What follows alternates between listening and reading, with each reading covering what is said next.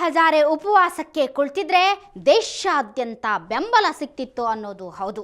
ಆದರೆ ಅದರ 10 ಪಟ್ಟು ಬೆಂಬಲ ಜೈಲಿಗೆ ಹೋಗಿರೋ ಅಣ್ಣನಿಗೆ ಸಿಕ್ತಿದೆ. ಹೆಂಗಾದ್ರೂ ಮಾಡಿ ಇದೊಂದು ಚಳವಳಿಯ ನಡ ಮುರಿಬೇಕು ಅಂತ ಕಾಂಗ್ರೆಸ್ ಮಾಡಿದ ಹುನ್ನಾರ ನಾಳೆ ಅದರ ಬುಡಕ್ಕೆ ಬಿಸಿನೀರು ತಂದ್ರೆ ಏನೇನು ಆಶ್ಚರ್ಯ ಪಡಬೇಡಿ. ಈಗಾಗಲೇ ಅದರ ಲಕ್ಷಣಗಳು ಕಾಣಿಸ್ಕೊಳ್ಳೋದಕ್ಕೆ ಶುರುವಾಗಿವೆ.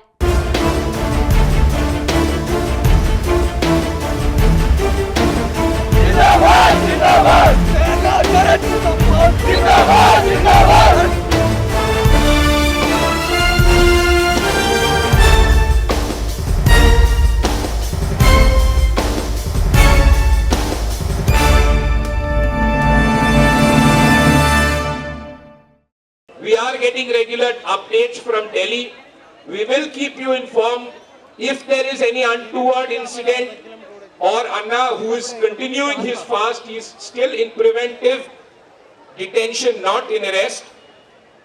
We will keep you informed, and at the right time we will require not just the people sitting in this room but many thousands more to fill the jails in this country. Thank you. ಇನ್ನ ಇದನ್ನ ತಡೆಯೋದು ಕಷ್ಟ ಇದೆ. ಅಣ್ಣಾ ಹಜಾರೆ ಅವರನ್ನ arrest ಮಾಡಿ ತಿಹಾರ್ ಜೈಲಿಗೆ ಕಳಿಸಿದ್ದಾರೆ. ಜೊತೆಗಿರೋರು ಹೋರಾಟಗಾರ ಅರವಿಂದ್ ಕೇಜ್ರಿವಾಲ್. ಅವರಿಬ್ರು ಜೈಲಿನಲ್ಲಿ ಊಟ ಬೇಡ ಅಂತ ಸ್ಪಷ್ಟವಾಗಿ ಹೇಳಿದ್ದಾರೆ. ಕಿರಣ್ ಬೇಡಿ ಮತ್ತು ಶಾಂತಿ ಭೂಷಣ್ರನ್ನ ಅರೆಸ್ಟ್ ಮಾಡಲಾಯ್ತಾದ್ರೂ ಜಾಮೀನು ಕೂಡ ತಗೊಳ್ಳದೆ ಬಿಟ್ಟು ಕಳಿಸಿದ್ರು. ಈ ಬಂಧನಗಳಿಗೆ ಸರ್ಕಾರ ಕೊಟ್ಟ ಕಾರಣ ಶಾಂತಿ ಸುವ್ಯವಸ್ಥೆ ಹಾಳಾಗೋ ಸಾಧ್ಯತೆ ಇತ್ತು ಅಂತ. ಖಂಡಿತವಾಗಿಯೂ ಈ ಒಂದು ನಮ್ಮ ಪ್ರಜಾಪ್ರಭುತ್ವದ ಕಗ್ಗೊಲೆ. ಒಬ್ಬ ವ್ಯಕ್ತಿ ಏನೂ ತಪ್ಪು ಮಾಡದೇ ಇದ್ದಾಗ ಆತನಿಗೆ ಯಾವುದೇ ಒಂದು ಕಾರಣ ಕೊಡದೆ ಅವನು ಬಂಧಿಸುವುದು ನಮ್ಮ ಸಂವಿಧಾನಕ್ಕೆ ವಿರುದ್ಧವಾದದ್ದು. ಮೊದಲು ಕಾರಣ ತೋರಿಸ್ಬೇಕು. ಆ ಕಾರಣ ಅಂದರೆ ಮನೆಗೆ ಇಚ್ಛೆ ಬಂದಂಗೆ ಕೊಡೋ ಕಾರಣ ಅಲ್ಲ. ಅದಕ್ಕೇನಾದರೂ ಅದ್ರ ಹಿಂದೆ ಇದು ಬೇಸಿಸ್ ಇರಬೇಕು. ಏನಿದೆ ಇದಕ್ಕೆ ಬೇಸಿಸ್ ಏನಿದೆ? ಹಿಂದೆ ಮಾಡಿದ ಉಪವಾಸ ಸತ್ಯಾಗ್ರಹ ಕೂತಿದ್ರು, ಆವಾಗ ಏನಾದರೂ ಘಟನೆಗಳು ನಡೆದಿವೆ? ಏನೂ ಆಗಿಲ್ಲ. ನೆಪ ಹುಡುಕ್ತು ಸರ್ಕಾರ ಇವರನ್ನ ಅರೆಸ್ಟ್ ಮಾಡೋದಕ್ಕೆ. ಖುದ್ದು ಆಳುವವರೇ ಆರ್ಡರ್ ಕೊಟ್ಟ ಮೇಲೆ ಪೊಲೀಸರು ಬೆಳಗ್ಗೆ ಹೋಗಿ ಬಂಧಿಸಿದ್ದಾರೆ.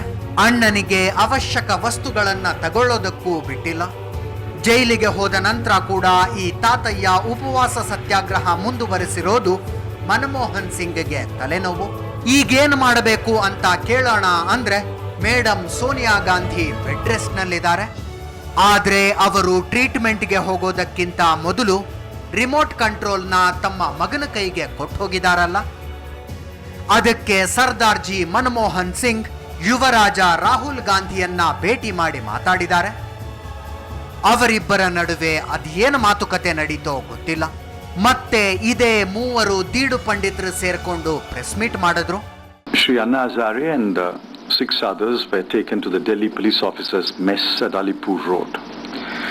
Elsewhere in Delhi, a little over 1,200 to 1,300 people have been detained at different places. Most of them are at Chhatrasal Stadium. The point that I wish to make, my colleagues and I wish to make is, we are not prohibiting a peaceful democratic protest. In fact, the exercise since August 2, when the application was made, has been to find a reasonable set of conditions under which the protest can take place. ಮಾಡಬಾರದ ಕೆಲಸ ಮಾಡಿ ಸಿಕ್ಕಿ ಬಿದ್ದ ಮಧ್ಯವಯಸ್ಕ ಹೆಂಗಸು ಮಾತಾಡಿದಂತೆ ಚಿದಂಬರಂ ಮಾತಾಡಿದ್ರು. ಈ ಕಡೆ ಅಣ್ಣನ ಬಂಧನ ವಿರೋಧಿಸಿ ಜನ ಬೀದಿಗಿಳಿದ್ರು. ಕೆಲವು ಕಡೆ ಕಾಲೇಜ್ಗಳಲ್ಲಿ ಕ್ಲಾಸೇ ನಡೆಯಲಿಲ್ಲ. ಅನೇಕ ವರ್ಷಗಳಿಂದ ಮನೆ ಸೇರಿದ್ದ ವೃದ್ಧರು ಕೂಡ ಎದ್ದು ಬಂದು ಧಿಕ್ಕಾರದ ಕೂಗಾಕಿದ್ರು. ಎಮರ್ಜೆನ್ಸಿ ನಂತರ ನಾವು ಇಂಥದ್ದನ್ನ ನೋಡಿರಲೇ ಇಲ್ಲ ಅಂತ ದೊಡ್ಡೋರು ಮಾತಾಡ್ಕೊಂಡ್ರು. ಅದು ನಿಜಕ್ಕೂ ಸಮಾಧಾನದ ವಿಷಯ. ಭಗತ್ ಸಿಂಗ್ ನಮಗಾಗಿ ಹೋರಾಡಿ ನೇಣಗಂಬ ಹತ್ತಿದ ಅಂತ ಈ ದೇಶದ ಯುವಕ ಯುವತಿಯರಿಗೆ ಯಾವತ್ತೂ ಅನ್ನಿಸ್ಲಿಲ್ಲ. ದೇಶಕ್ಕಾಗಿ ಗಡಿಗಳಲ್ಲಿ ಹೋರಾಡಿ ಪ್ರಾಣ ಬಿಟ್ಟ ಸೈನಿಕನ ಋಣ ನಮ್ಮ ಮೇಲಿದೆ ಅಂತ ನಮ್ಮ ಜನರಿಗೆ ಯಾವತ್ತೂ ಅನ್ನಿಸ್ಲಿಲ್ಲ.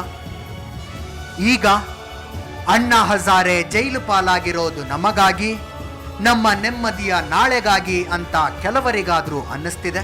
ಆ ಕೆಲವರು ಹಾಕ್ತಿರೋ ಧಿಕ್ಕಾರದ ಕೂಗು ಸರ್ಕಾರದ ಬುಡ ಅಲ್ಲಾಡಿಸ್ತಿದೆ.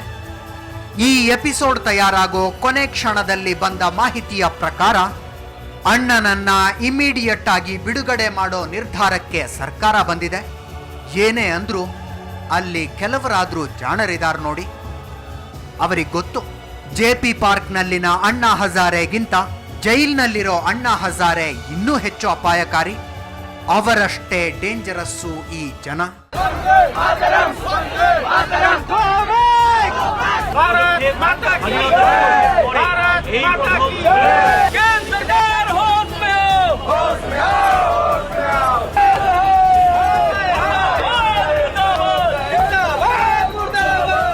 ಇವರೆಲ್ಲ ತಮ್ಮ ತಮ್ಮ ಮನೆಗಳಲ್ಲಿರಬೇಕು. ತಮ್ಮ ಪಾಡಿಗೆ ತಾವು ನೌಕರಿ ಮಾಡಿಕೊಂಡು ಹೊತ್ತಿಗೆ ಊಟ ತಿಂಡಿ ಮಾಡಿ ಟಿವಿ ಸಿನಿಮಾ ನೋಡಿಕೊಂಡು ತಾವು ತಮ್ಮ ಹೆಂಡತಿ ಮಕ್ಕಳು ಮನೆ ಸೈಟು ಕಾರು ಅಂತ ಯೋಚಿಸ್ಕೊಂಡಿರಬೇಕು. ಆಗ ಆಳುವವರಿಗೆ ನೆಮ್ಮದಿ. ಇವರೆಲ್ಲ ಭ್ರಷ್ಟಾಚಾರ, ದುರಾಡಳಿತ, ದೇಶದ ಅಭಿವೃದ್ಧಿ ಅಂತೆಲ್ಲ ಯೋಚನೆ ಮಾಡೋದಕ್ಕೆ ಶುರು ಮಾಡಿಬಿಟ್ರೆ ಸಂಸತ್ತಿನ ನಿದ್ದೆ ಹಾರ್ಹೋಗುತ್ತೆ. ಈಗ ಆಗಿರೋದು ಕೂಡ ಅದೇ. ಇದೇ ಕಾವು ಮುಂದುವರ್ಕೊಂಡು ಹೋದ್ರೆ ಇದೊಂದು ಹೋರಾಟ ಇತಿಹಾಸದ ಭಾಗ ಆಗುತ್ತೆ.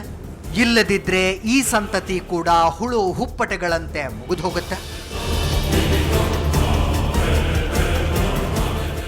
ಇದು ಅಣ್ಣಾ ಹಜಾರೆ ಜೈಲಿಗೆ ಹೋದ ಕಥೆಯ ಡೀಟೇಲ್ಡ್ ಸ್ಟೋರಿ. ದೇಶಕ್ಕಾಗಿ ಹೋರಾಡೋ ಅವಕಾಶ ಒಂದು ತಲೆಮಾರಿಗೆ ಒಂದೇ ಸಲ ಸಿಗುತ್ತಂತೆ. ಬಹುಶಃ ಈ ತಲೆಮಾರಿಗೆ ಸಿಕ್ಕಿರೋ ಅವಕಾಶ ಇದೇ ಏನೋ. ಸಿನಿಮಾ ನೋಡೋದಕ್ಕೆ ಕ್ಲಾಸ್ ಬಂಕ್ ಮಾಡ್ತಿದ್ದ ಹುಡುಗರು, ಗರ್ಲ್ ಫ್ರೆಂಡ್ ಜೊತೆ ಊರ್ ಸುತ್ತೋದಕ್ಕೆ ಕಾಲೇಜ್ ತಪ್ಪಿಸ್ತಾ ಇದ್ದವರು, ಪಿಕ್ನಿಕ್ಗೆ ಹೋಗಲು ಆಫೀಸ್ಗೆ ರಜೆ ಹಾಕ್ತಿದ್ದ ನೌಕರರು ಈಗ ಅಣ್ಣನ ಧ್ವನಿಗೆ ಧ್ವನಿ ಸೇರಿಸೋದಕ್ಕೆ ಕಾಲೇಜು ಆಫೀಸ್ ಬಿಟ್ಟು ಬರ್ತಾ ಇದ್ದಾರೆ. ಈ ಕಿಡಿ ಇವತ್ತಲ್ಲ ನಾಳೆ ಹೊತ್ತಿ ಉರಿಯೋ ಬೆಂಕಿ ಆಗುತ್ತೆ ಅಂತ ಹೇಳ್ತಾ ಇವತ್ತಿನ ಕ್ರೈಮ್ ರಿಪೋರ್ಟರ್ನ ಮುಗಿಸ್ತಾ ಇದ್ದೀವಿ. Good bye.